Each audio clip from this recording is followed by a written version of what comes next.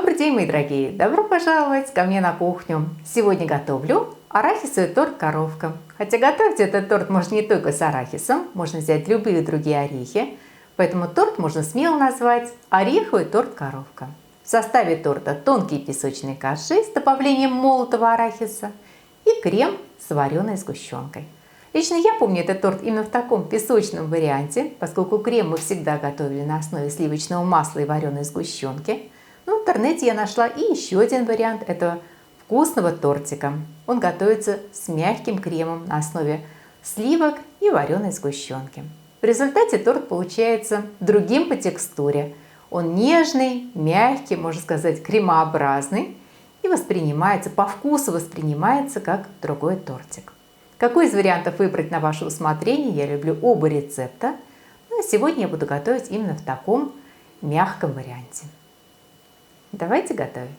Для теста нам понадобится 250 граммов муки, 150 граммов сливочного масла, 130 граммов арахиса, одно крупное куриное яйцо, 100 граммов сахара, столовая ложка с горочкой вареной сгущенки. В рецепте мы используем всю банку вареной сгущенки, часть у нас пойдет тесто, а остальное в крем. Чайная ложка без верха разрыхлителя для теста и буквально щепотка соли.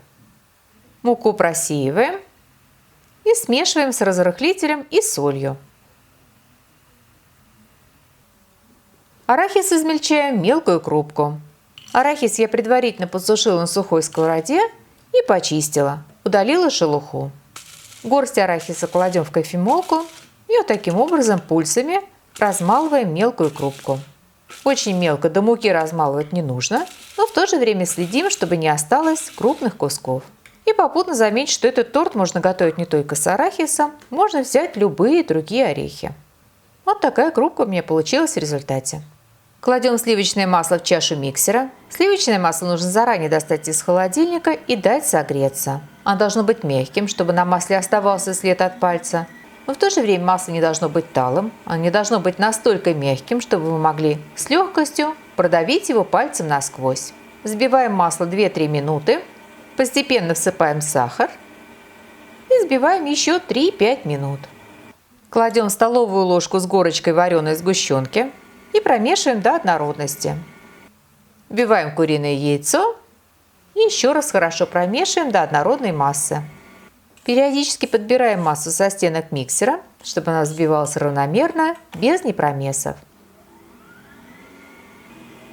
Вмешиваем молотый арахис.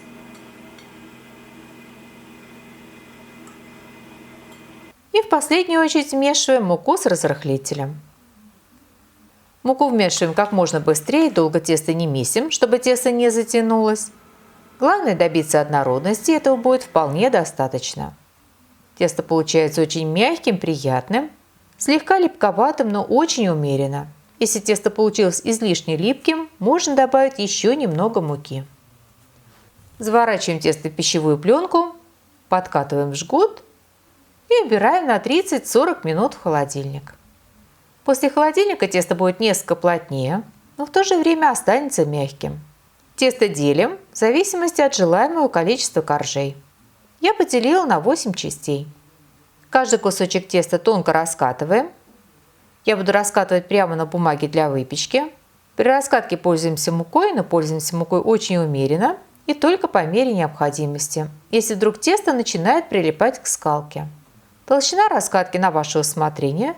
Я обычно раскатываю очень тонко. Из каждого кусочка теста вырезаем корж. Я вырезала крышкой. В результате у меня получились коржи диаметром 20 см. Лишнее тесто убираем, собираем. Корж густо накалываем вилкой. Выпекаем предварительно разогретой до 200 градусов Цельсия духовке до золотистого цвета. Обычно коржи пекутся 5-7 минут. Пока этот корж печется, раскатываем следующий корж. Испеченный корж снимаем с противня. На противень перетаскиваем очередной раскатанный корж, ставим в духовку. А испеченный корж сразу же снимаем с листа бумаги для выпечки. И как видите, он совершенно легко снимается. Перекладываем на ровную поверхность и даем полностью остыть.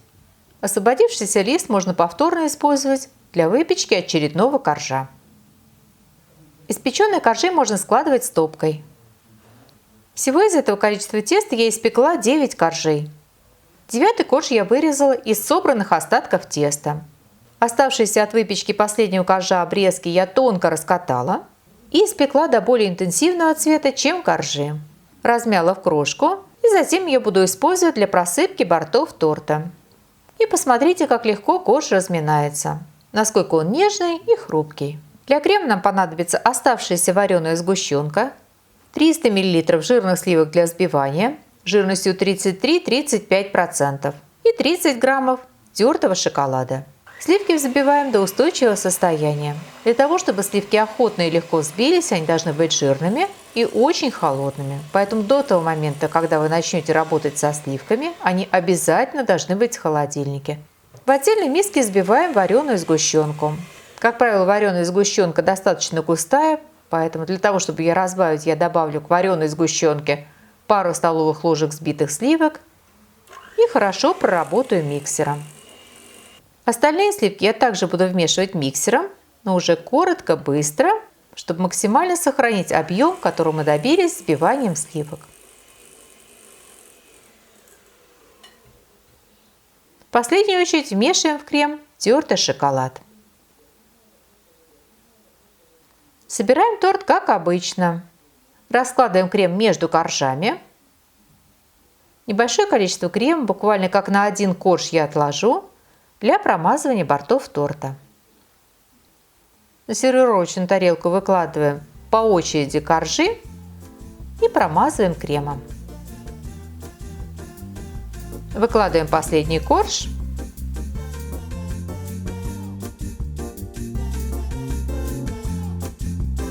Отложенным кремом промазываем бока торта.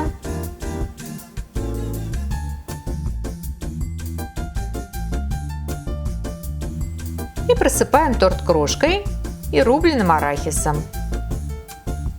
Для просыпки я взяла 50 граммов крупно нарубленного арахиса. И убираем торт на несколько часов в холодильник для пропитки. Обычно такой торт рекомендуется готовить накануне и оставлять для пропитки на целые сутки, чтобы торт гарантированно хорошо пропитался, стал вкусным и мягким.